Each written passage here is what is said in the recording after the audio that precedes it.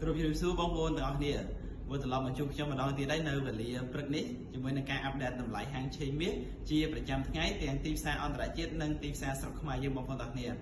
យើងឃើញថាបន្ទាប់ពីចូលឆ្នាំខ្មែរយើងហើយមកគឺថាតម្លៃហាងឆេងមាសគឺបន្តហក់ឡើងខ្លាំងមែនទែនបងប្អូនទាំងគ្នា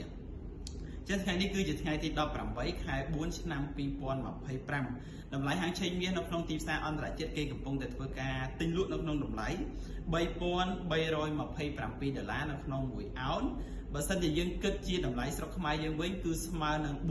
$4,800នៅក្នុង1តម្លឹងបើសិនជាយើងគិតជាជីវិញគឺស្មើនឹង$400.8បងប្អូនទាំងគ្នាអញ្ចឹងតម្លៃហាងឆេងមាសកំពុងតែឡើងដល់តម្លៃមួយដែលខ្ពស់ដោយការរំពឹងទុករបស់យើងគិតថាតម្លៃហាងឆេងមាសនឹងបន្តហក់ឡើងរហូតដល់$400នៅក្នុងមួយជីឥឡូវនេះគឺមកដល់បងប្អូនទាំងគ្នា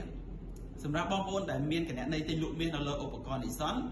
ក្នុងថ្ងៃនេះបងប្អូនអាចរងចាំលក់បានណាបងប្អូនទាំងនេះអាចរងចាំលក់ខ្លីៗបានប៉ុន្តែក៏យើងនៅតែបន្តផ្ដោតទៅលើការទិញដែរព្រោះតម្លៃហាងឆេងមាសក៏នៅតែបន្តហក់ឡើងទៅទៀតដែរសម្រាប់បងប្អូនដែលមិនទាន់មានគណនីទិញលក់មាសនៅលើឧបករណ៍ Nissan បងប្អូនក៏អាចទំនាក់ទំនងមកខ្ញុំបានផ្ទាល់ដើម្បីធ្វើការបើកគណនីក្នុងការចូលទិញលក់បងប្អូនទាំងនេះអរគុណច្រើន